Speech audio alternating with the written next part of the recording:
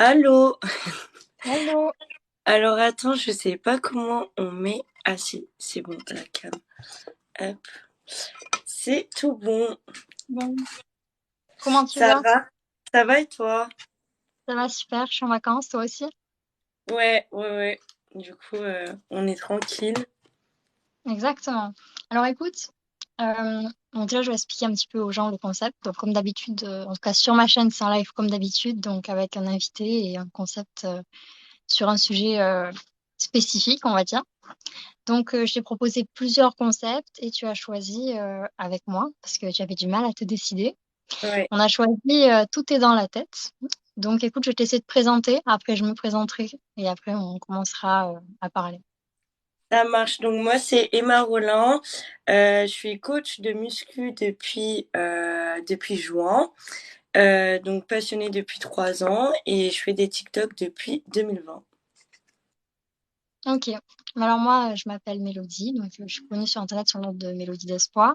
Je fais du cinéma et du chant. Et moi, je t'ai invitée parce que je trouvais que le sport et l'artistique, c'était deux milieux où il fallait beaucoup de mental, en fait. Ouais, je suis d'accord. Voilà. Alors, on va commencer sur qu'est-ce que ça veut dire tout est dans la tête. Donc, pour toi, qu'est-ce que ça veut dire tout est dans la tête?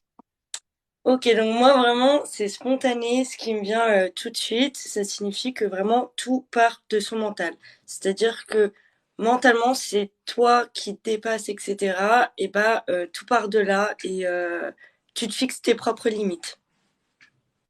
Ok.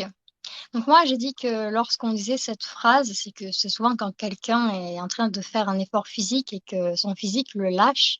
Et du coup, souvent, on lui dit que quand sa force physique le lâche, il faut qu'il se tourne vers sa force mentale. Donc c'est un petit peu, pas une béquille, mais c'est un petit peu la roue de secours, j'ai envie de dire, enfin, face à des tâches complexes. Ouais, ok, d'accord. Ça te convient Ouais, comme... ouais, Ok. ça. Après, pourquoi se tourner vers sa force mentale? Donc, moi, j'ai dit que c'était grâce à celle-ci qu'on pouvait trouver plus de volonté afin de venir à bout de l'effort. Mais ça, je pense que toi, tu pourras mieux l'expliquer, à quoi ça sert la santé mentale, la force mentale sur un effort physique. Ouais, totalement. Alors, faut savoir que moi, ma vision vraiment, bah, dans mon sport, c'est que par exemple la muscu et même du coup, je pense l'artistique, mais qui est pas forcément mon domaine, du coup, je peux pas trop parler à ce sujet-là. Vraiment en termes de muscu, pour moi, c'est un sport vraiment mental. C'est-à-dire que on va devoir chercher au-delà de ses limites physiques, mais grâce à son mental. Et par exemple, les petites dernières répétitions, on va les chercher, mais que bah, grâce au mental et pas grâce au physique. Oui, je suis d'accord. Donc, moi, du coup, je vais faire l'inverse de toi. Je vais parler côté artistique. Donc, c'est vrai que côté tout ce qui est sport, c'est vraiment musculaire principalement. Côté artistique, c'est plus sur la discipline, donc c'est la force mentale de tenir des heures de tournage enchaînées, parfois de jour et de nuit, et aussi d'avoir la force mentale de pas se braquer quand on réussit pas une réplique ou qu'on a quelque chose qui nous bloque particulièrement, comme au sport, quand on a un exercice qui nous bloque particulièrement, je suppose. Ouais, ouais. Voilà. Bah, en fait, c'est une notion de persévérance aussi, c'est super important, je pense, dans les domaines bah, qui nous passionnent et même dans la vie en général. Je pense, et puis la persévérance, ça vient aussi de la motivation, parce qu'il faut avoir la motivation de persévérer quand même. Ouais. Après, moi, la motivation, je suis d'accord, mais je pense, en tout cas, dans mon domaine, c'est que la motivation, au début, ça marche, mais après, on va parler vraiment de discipline, dans le sens que on peut pas être tous les jours à fond motivé, c'est juste bah, discipline, t'as ton entraînement, t'es obligé, on va dire, d'y aller. Ok. Et la discipline, tu la trouves en dehors de la motivation. Ouais, pour moi, ouais. Comment tu la trouves, du coup? Ça m'intéresse. Bah, pour moi, c'est vraiment une habitude dans le sens que je sais que j'ai mes objectifs et je peux pas. La discipline, elle vient à partir du moment où je me pose même pas la question de est-ce que je vais m'entraîner. C'est juste, bah, il y a entraînement, point. Et pour moi, c'est ça la discipline. Ok. C'est tellement devenu une habitude que c'est quasiment inconscient, quoi. C'est ça. Et voilà, en faire une habitude, même les choses que t'aimes pas, etc. Bah, par exemple, moi, je suis à fond dans le sport, mais il y a quelques années, quand j'étais pas à fond dans le sport, j'étais très, très, bah, niveau école, à fond dans les cours et tout ça. Et par exemple, j'étais très disciplinée bah, dans mes devoirs, etc. Je me disais, bah, juste, faut faire ça, et c'est comme ça. Ok, d'accord. Du coup, pour en revenir dans ce live, mais c'est hyper intéressant aussi parce que c'est vrai que la discipline, c'est pareil que la motivation, c'est dans tous les domaines. Ouais, c'est ça, carrément. Mais du coup, j'avais marqué que dire tout est dans la tête, en fait, ça revenait à dire que tout est question de volonté. Ouais, oui, oui. Oui ou non? Oui, si, je suis d'accord parce que pour moi, tout est dans la tête. Oui, et aussi de manière un petit peu, je vais pas dire spirituelle, mais je pense que si tu veux, par exemple, même surmonter des épreuves en général, et bah, t'es obligé d'avoir cette volonté, bah, par exemple, d'aller de l'avant. Donc, pour moi Bien sûr. aussi, je une volonté, ouais. Après, j'avais mis qu'est-ce que la volonté? Alors, pour toi, la volonté, qu'est-ce que c'est? Bah, c'est vouloir avancer. C'est le fait de vouloir se donner et ouais, le fait de faire l'effort, je pense. Ok. Alors moi, j'avais mis que pour moi, c'est la volonté, c'était la faculté à prendre une décision pour atteindre un objectif. En fait, je trouve que quand on veut atteindre un objectif, la discipline, c'est compliqué, mais le plus dur, c'est le déclic du début, de se dire, Ouais, je vais le faire. ouais, carrément. Ouais, tout de suite. Bah, ce qu'on dit aussi au niveau du sport, moi, ce que je recommande quand on me dit, ouais, mais moi, j'arrive pas, j'ai pas la motive vraiment d'y aller, au moment d'y aller, je peux pas, à la salle, etc. Mais en fait, il suffit juste d'avoir ce petit déclic, par exemple, d'aller mettre ses chaussures pour aller au sport.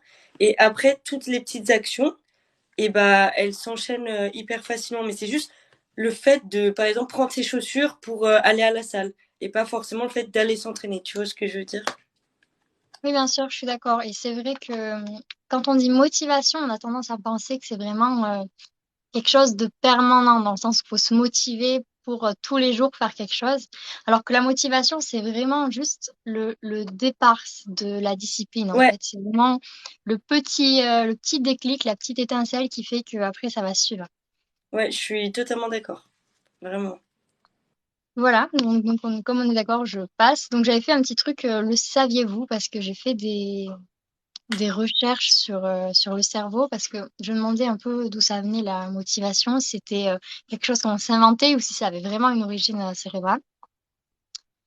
Donc la volonté, c'est un ordre majeur, le cortex cérébral qui est donc la substance grise superficielle, donc la matière grise en fait, des hémisphères cérébraux possèdent une aire dite frontale ascendante qui pilote en direct chaque muscle du corps par l'intermédiaire d'un nerf moteur.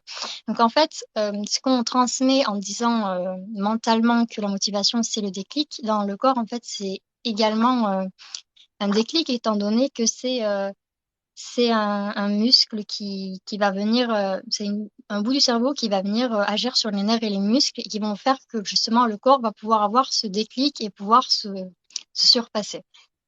Ok, bah ouais, carrément. Bah là, on peut clairement parler de déclic en fait. Donc voilà. Et après, je voulais parler des autres aspects de la force mentale. Donc ça, je pense que je vais te laisser une grande partie dessus parce que ça fait vraiment partie de ta discipline. Ce que je pense de la force mentale. Ce que tu penses de la force mentale et tout ce que ça englobe dans le sport, tout ce que ça te permet de faire dans le sport. Ok, alors pour moi, la force mentale, je pense que c'est la base du sport, puisque ça te permet donc de pas abandonner, donc de persévérer, et c'est la base. Donc d'aller au-delà de ses limites, et pour moi, pour avoir des résultats, tu es obligé de passer par cette étape. Euh, Puisque pour moi, le sport, c'est vraiment dépassement de soi. On peut pas, si tu veux, en tout cas, avoir vraiment des gros niveaux, des gros résultats, tu es obligé de passer par cette case-là. Ensuite, force mentale. Bah, comme tu l'as dit aussi pour l'artistique, c'est le fait de prendre sur soi et pas forcément être dans la frustration. Ça, je pense que c'est en tout cas le plus dur pour moi. C'est bah, de prendre le recul nécessaire, de dire bah, les échecs, c'est normal, ça fait partie du processus, et d'être OK avec ça et de l'accepter. Qui dit échec dit forcément progrès après. Ensuite, la force mentale, je dirais, bah, c'est le fait d'être, bah, comme on a dit, discipliné, d'être régulier et constant. Donc c'est hyper important. bien sûr. Hum, Et voilà, pour moi, c'est ça, ouais. Ok, mais en fait, je suis totalement d'accord avec toi. Et du coup, ça m'a inspiré une autre question. Pour toi, quel est le pourcentage dans le sport de ce qui est réparti en force mentale et en force physique? Est-ce que c'est 50% de mental et 50% de physique? Est-ce que c'est plus de l'un ou de l'autre? Moi, je dirais franchement 75% de force mentale et 25% de force physique. Ok, d'accord. Du coup, je vais faire un petit peu la même chose côté cinéma. Donc, c'est vrai que moi, je pense que la force mentale, c'est important. Donc, déjà pour tenir les heures. pour, euh, pour quelque chose que tu n'as pas mentionné, mais qui, je pense, marche aussi pour le sport, c'est aussi le regard des autres. C'est continuer ce qu'on a commencé sans en fait, se fier au regard des autres, qui est souvent un gros frein dans ce type de discipline. Et également, après, c'est vraiment les échecs, je suis d'accord avec toi, parce que c'est vrai que quand on rate quelque chose et qu'on l'accepte mal mentalement, souvent on l'accepte mal physiquement aussi, et on va avoir du mal à reprendre derrière. Avec Totalement, le ouais. fameux de toute façon, ça sert à rien. Carrément, ouais. Et j'avais noté que, oui, que ça servait pas qu'au sport, elle permettait aussi de traverser des situations compliquées. Et qu'en plus de cela, c'est vrai qu'on en a besoin dans la vie, dans la recherche du bonheur, dans des choses beaucoup plus psychologiques, en fait, de la force mentale. Et après, j'avais noté une petite aparté sur la motivation et sur la volonté, que j'avais oublié de marquer au début, mais quand ça m'est venu, je me suis dit que c'était pas mal. J'avais marqué la volonté et l'obtention par manifestation d'une capacité, exemple, retenir des répliques sur un tournage. Alors, qu'est-ce que tu penses de ça? Parce que ça m'a partagé quand je l'ai écrit. Alors, j'ai pas bien entendu. T'as dit la Alors, motivation. la volonté et l'obtention par manifestation d'une capacité. Ouais, si, je suis d'accord. Ok. Ouais. De toute manière, oui, si on bah même dans le sport, si vraiment bah avec la volonté, forcément, tu vas acquérir plus de capacités, plus de qualité physique. Si, oui, je suis totalement d'accord. Ok.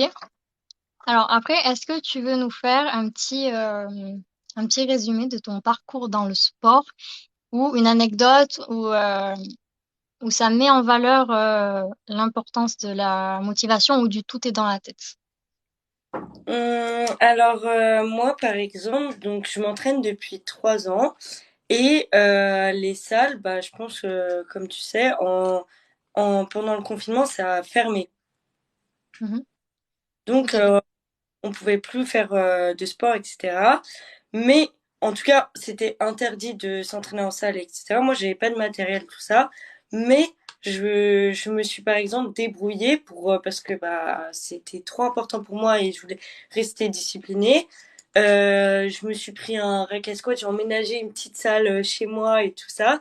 Et du coup, j'ai réussi à, on va dire, pas perdre les résultats que j'avais. Et pour moi, par exemple, du coup, cette force mentale, elle m'a énormément servi, du coup, à pas lâcher pendant que d'autres se trouvent à dire l'excuse de bon, bah, c'est fermé, tant pis. Alors que je pense qu'avec de la vraie volonté, malgré toutes les épreuves qu'il y a, bah, tu peux trouver des solutions et toujours progresser. Exactement. Je suis tout à fait d'accord avec toi. Moi, j'ai un autre exemple. Et ça revient exactement à la même chose de soit on se prend des excuses, soit on trouve d'autres solutions. Alors moi, c'était aussi pendant le confinement. C'est que moi, j'avais fait les cours Florent avant le premier confinement. Et après ça, eh bien, il n'y avait plus beaucoup de moyens de faire des castings, etc. parce qu'on pouvait plus voir des personnes.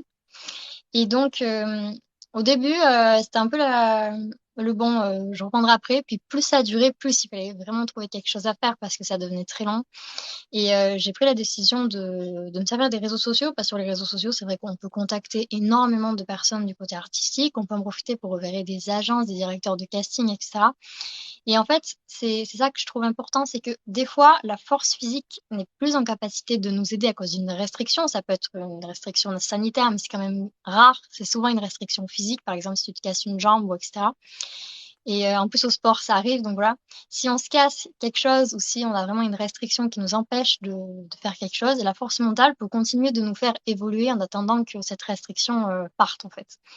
Mais en fait, je pense que c'est ce déclencheur qui va te permettre de voir plus loin, de voir par exemple des opportunités où tu vas peut-être pas en voir de manière générale et t'adapter tout simplement pour réussir ton objectif. Exactement. Ouais, je suis tout à fait d'accord avec toi. Après, j'avais marqué que pour en revenir à l'expression de départ, si on dit que tout est dans la tête, c'est car cela a été prouvé scientifiquement, le mental a une influence flagrante sur le physique pour la santé et pour le sport. Donc pour la santé, moi, je peux le confirmer. Je trouve que quand on va bien mentalement, on va beaucoup mieux Ouais, physiquement. Pour le carrément. sport, je vais te laisser toi donner ton analyse. Est-ce que tu penses que le bien-être mental et la résistance mentale t'aident vraiment à progresser dans le sport? Ah oui, fois 1 million, vu que je suis coach depuis récemment, je le vois avec les clients tout simplement. Il y en a par exemple, ils se découragent, ils se disent non, par exemple, cette barre, je vais pas la passer. Donc nous, en tant que coach, on est là pour leur dire si tu en es capable, tu peux le faire, tu vas y arriver. Et c'est à nous de les préparer aussi mentalement, en tout cas moi c'est ce que je fais, de les mettre vraiment dans une bulle et qui visualisent le fait de réussir cette barre et qu'ils aient vraiment les capacités de le faire. Et une fois qu'ils se font vraiment confiance, il y a une barre par exemple qu'ils avaient ratée il y a 5 minutes, impossible de la lever, etc. On fait cette préparation mentale. 5 minutes après, la barre se lève. Donc carrément, moi je suis d'accord. Ok, d'accord. C'est hyper intéressant parce que moi, j'avoue, je fais du sport, mais pas du tout le type de sport que toi tu fais, et j'en suis clairement pas à ton niveau parce que c'est pas du tout ma discipline. Mais, mais c'est vrai que je me rendais vraiment pas compte si, enfin, je me rends compte moi parce que je cours et je fais du judo, etc. Et je me rendais compte que ça me motivait, mais je savais pas si ça pouvait vraiment, en fait, permettre de débloquer des capacités. Mais comme tu me l'as confirmé, c'est bon. En Je pense que dans la vie, on a vachement on va dire des croyances limitantes. On se dit, ça, je suis incapable de le faire, etc. C'est impossible. Alors que, en fait, juste si on change de mindset, d'état d'esprit, on se dit, en fait, j'ai les capacités, j'en suis capable. Déjà, ton cerveau, il va forcément voir des opportunités, faire les actions pour avoir ça. Et forcément, le mental, ça débloque plein de choses, en fait. Et c'est vrai que le mental, il a une portée un petit peu spirituelle du côté des Ouais. croyances limitantes. Et est-ce que tu penses que, enfin, comment tu fais évoluer personnellement, enfin toi ou pour tes clients, du coup, peu importe, enfin, la volonté et la motivation mentale de quelqu'un qui en a pas du tout? Alors déjà, j'essaie de lui faire voir une autre vision de lui-même ou quoi, parce que généralement, ça vient d'un manque de confiance en soi. J'avais, par exemple, je coachais, c'était mon papa. J'avais coaché pour la première fois et je lui avais fait donc du développé couché. Et donc, forcément, il y a un moment, je le faisais faire à la part. Forcément, un moment, tu arrives à l'échec musculaire et tu ne peux plus le faire. Mais c'est le but du sport. Le but, c'est que à un moment, on n'est pas surhumain, t'y arrives plus, mais ça veut dire que tu t'es bien donné. Et lui, du coup, il faisait que râler. Il disait non, mais regarde, je suis nul. Déjà, ça m'énerve quand on dit que je suis nul. Du coup, je lui fais la morale. Je lui dis non, t'es pas nul. Tu t'es dépassé. Et j'essaie de lui montrer une autre forme de. En fait, il voit l'échec comme quelque chose de négatif, alors que dans le sport, c'est trop important. En fait, c'est positif. Du coup, je m'en sers comme ça. Je le tourne vers un aspect vraiment positif et de progression. Tout à fait d'accord. D'ailleurs, ton anecdote est sympa en plus. Mais moi, je vais le tourner du côté des gens qui veulent devenir artistes. Et c'est vrai qu'il y a beaucoup de personnes qui échouent parce qu'ils sont sûrs qu'ils peuvent pas y arriver. Et je pense que, en fait, ça se rejoint aussi dans ce côté-là, c'est que c'est deux disciplines où, par manque de confiance en soi, beaucoup de personnes ont peur de pas y arriver. Parce qu'au cinéma, on sait qu'il y a peu de personnes qui réussissent, et parce qu'à la salle, on sait qu'il y a beaucoup de personnes qui abandonnent. Ouais, Donc, énormément. tu as vu beaucoup de personnes abandonner, toi, à la salle? Pas en coaching ou quoi, parce que je les laisse pas abandonner, mais des gens que je côtoie, etc., il y en a, ils vont être à fond, c'est ça, c'est justement la limite de la motivation comparé à la discipline. Ils vont être à fond pendant 2 semaines, on va les voir tous les jours et tout. Puis au bout de 2 semaines, absence. 3 mois plus tard, ah ouais, j'avais arrêté, mais là je reprends. Et justement, il faut faire vraiment attention à cet aspect de motivation. On se sent surhumain pendant 2 semaines. Et forcément, dès que la motivation descend, ces personnes-là, elles vont vouloir arrêter. Alors qu'en fait, c'est normal. Il faut vraiment prendre en considération cet aspect de discipline qui est hyper important. Ok, et j'en profite, comme tu es coach et que tu l'as abordé, les personnes qui font des périodes intenses de sport et qui arrêtent pendant un long moment et qui refont une période intense de sport, est-ce que tu penses que, ou est-ce que tu sais si ça a des effets néfastes sur la musculation ou sur leur santé? Bah forcément déjà en termes de muscu c'est pas bon parce que c'est un sport qui demande forcément régularité et tu peux pas espérer avoir conservé un physique on va dire de rêve parce que la musculation c'est physique alors que t'arrêtes pendant 3 mois tu vas forcément perdre tes progrès mais arrêter puis reprendre tu auras toujours par exemple ce qui s'appelle la mémoire musculaire c'est-à-dire que tu vas reprendre plus vite qu'avant mais il y aura quand même du coup cet aspect de bah tu vas devoir reprendre, la reprise ça va être déjà plus dur pour ton corps et tu auras perdu pas mal de résultats. Donc pour moi vraiment l'arrêt c'est pas bon. Ok, il y a un commentaire là, enfin je zappe la plupart des commentaires, mais là il y en a un que je relève parce que je pense que vu tout ce que j'ai vu sur les réseaux, ça vaut la peine d'être relevé. Il y a écrit les gros, vous en pensez quoi en muscu? Donc je pense que c'est bien qu'on en parle parce que je veux pas savoir si c'est de caractère humoristique ou de caractère sérieux ou même philosophique. C'est que je vois beaucoup de personnes sur TikTok en ce moment qui culpabilisent les personnes en situation d'obésité et en situation de surpoids surtout sous des TikTok de personnes musclées. Donc écoute, comme tu es coach sportif, je pense que je vais te laisser donner ton avis sur la situation. Moi, je trouve ça inadmissible déjà de faire des remarques pareilles parce que c'est comme si quand on s'amusait à, je sais pas, à insulter ou à rabaisser des personnes qui ne sont pas chanteurs sous le TikTok d'un chanteur, en fait. Donc, je trouve ça absolument ridicule parce que c'est tout simplement des personnes qui, soit ne font pas la discipline, soit ont des soucis de santé. Et en revanche, par contre, il y a des personnes qui ont vraiment des soucis de surpoids et qui peuvent très rapidement les régler, notamment par l'intermédiaire du sport. Donc, écoute, je vais te laisser donner ton point de vue. Bah, c'est comme critiquer une personne malade en pleine guérison en fait, quelqu'un par exemple en obésité parce que l'obésité c'est considéré enfin par l'OMS je crois par une maladie. Euh, je veux dire tu guéris c'est-à-dire tu vas faire en sorte d'aller mieux parce que c'est dangereux l'obésité. C'est nul de se moquer. Déjà, par exemple, on part tous on peut pas naître musclé. Déjà, c'est pas possible. Donc, on part tous d'un point A ou d'un point B, que ce soit gros ou tout maigre. Je veux dire, si toi, tu n'aimes pas ton physique, je dis pas que si la personne, elle se sent bien dans sa peau, etc., bah, on s'en fiche en soi. Voilà, c'est tant mieux. Mais si la personne se sent mal dans sa peau et elle souhaite de changer, bah, c'est important d'encourager la personne à le faire et enfin, c'est hyper important d'encourager une personne grosse qui va se mettre à la muscu comme une personne musclée enfin, qui est déjà partie d'un point A ou d'un point B. Donc, non, ouais, bah, c'est inadmissible, c'est clair.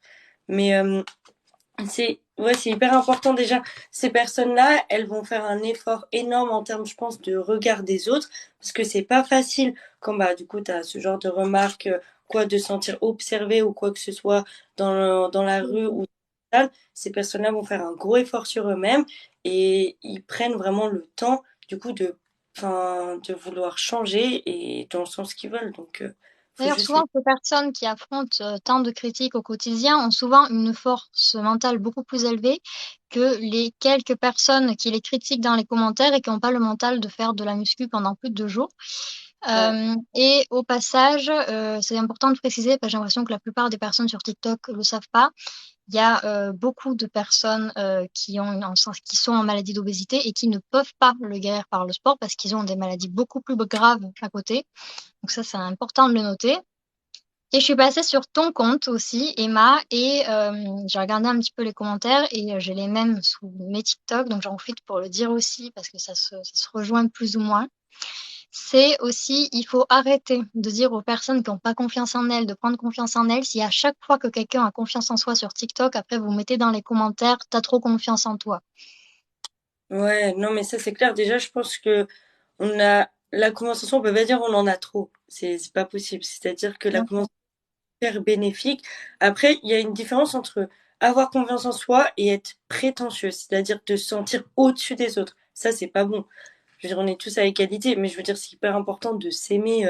Si tu peux t'aimer à fond, bah aime-toi à fond. C'est hyper important. Bien sûr, tout à fait. Bref, voilà, mise au point terminée, c'est que je pouvais pas laisser dire ça et comme je veux faire une vidéo sur le truc, autant le dire. Donc Totalement. après, j'avais marqué quels sont les risques et dangers. lié à cette expression. Donc moi, j'avais marqué que le risque principal, c'était le surmenage. Ouais, Parce que c'est vrai qu'on a tendance à vouloir se dépasser, mais parfois on dépasse ses limites et qu'il faut repousser ses limites. Mais c'est vrai qu'en les dépassant, on court des risques tels que mentalement le burn-out et physiquement la blessure. Mais du coup, je vais te laisser parler des risques physiques parce que je pense que tu es plus apte que moi à le faire. ah oui, alors ça, c'est vraiment mon défaut, on va dire, dans le sport, dans le sens que la force mentale, je mets un point d'honneur là-dessus, j'aime me dépasser constamment. Et le repos, pour moi, c'est très, très, très compliqué. Vraiment, c'est l'épreuve. Donc, c'est important de prendre le recul nécessaire et de savoir qu'en muscu, s'entraîner à fond, c'est bien. C'est ce que je dis aussi bah, à mes clients. Mais c'est important, les jours de repos sont importants. Par exemple, en muscu ou même dans d'autres sports, on a ce qui s'appelle des deloads, c'est des décharges, où pendant une semaine, donc ça arrive, on va dire, entre 6 et 8 semaines, il faut en faire une toutes les 6 à 8 semaines. C'est une semaine où on va prendre des charges plus légères afin de récupérer nerveusement, parce que bah, même si on prend des jours de repos au cours de la semaine, il faut vraiment une semaine où on prend des charges plus légères pour mieux récupérer et on récupère aussi au niveau tendineux et musculaire. Donc moi là, j'entre dans cette semaine de décharge. Je suis dégoûtée, j'ai dû me forcer pour la faire, mais c'est important de le faire. On revient plus fort. Le corps, bah, il est content, il est reposé. Et c'est pas en une semaine, en prenant des charges plus légères, qu'on va perdre du muscle ou quoi. Et ça, c'est important de prendre le recul et de savoir écouter son corps, en fait. Ouais, je suis tout à fait d'accord. Mais c'est vrai qu'on a tendance à pas l'écouter, de par le fait qu'il y a une pression sociale, malheureusement. Mais c'est très très important d'écouter son corps. Et j'y ai pensé tant que tu le disais. Parce que tout à l'heure, on a parlé de discipline et c'est vrai qu'il y a beaucoup de personnes sur les réseaux. Je sais pas si tu connais la trend That Girl.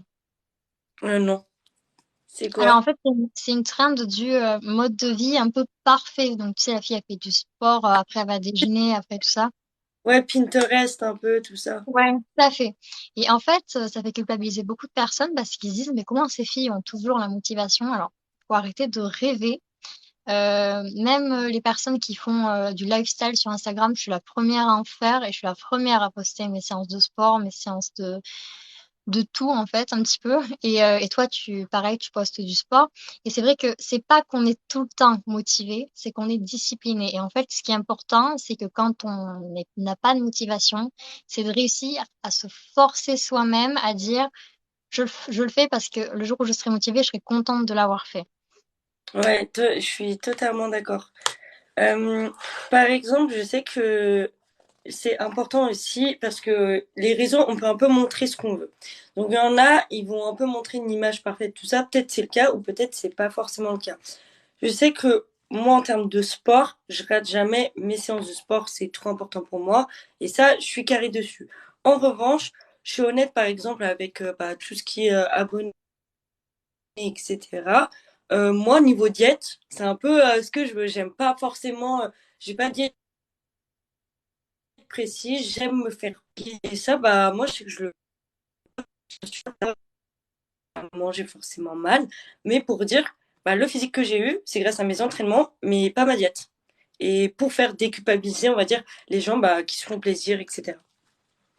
Tout à fait, je suis d'accord. C'est vrai que le se faire plaisir, c'est souvent les personnes ne osent pas le faire parce qu'ils ont peur que ça ait des grosses incidences. Mais en fait, si tu es quand même globalement régulier et discipliné, c'est pas te faire plaisir qui va casser le truc. Et au contraire, ça va te redonner un petit peu de motivation pour continuer ce Ouais, que tu as commencé. Je reprends le commentaire qu'il y a là. Cela, il y a écrit, oui, mais ça, c'est une infime partie des gros. La grande majorité sont gros car pas de mental plus McDo. Mais c'est pas ça que je contredisais tout à l'heure. C'est juste que les personnes qui sont en situation de surpoids le savent. Voilà, c'est tout. Et que c'est comme si vous disiez à Emma qu'elle est musclée, elle le sait. Donc ça n'a aucun intérêt et souvent les personnes qui lisent le commentaire le savent aussi. Donc voilà, tout le monde est déjà au courant. Donc moi, je vais plus parler des risques de ce qui est mental, parce que c'est vrai que si on est dans une surcharge d'action physique, le mental peut se fatiguer et perdre sa discipline, justement. Donc déjà, ça, c'est un des premiers risques, c'est perdre sa discipline parce qu'on n'en peut plus.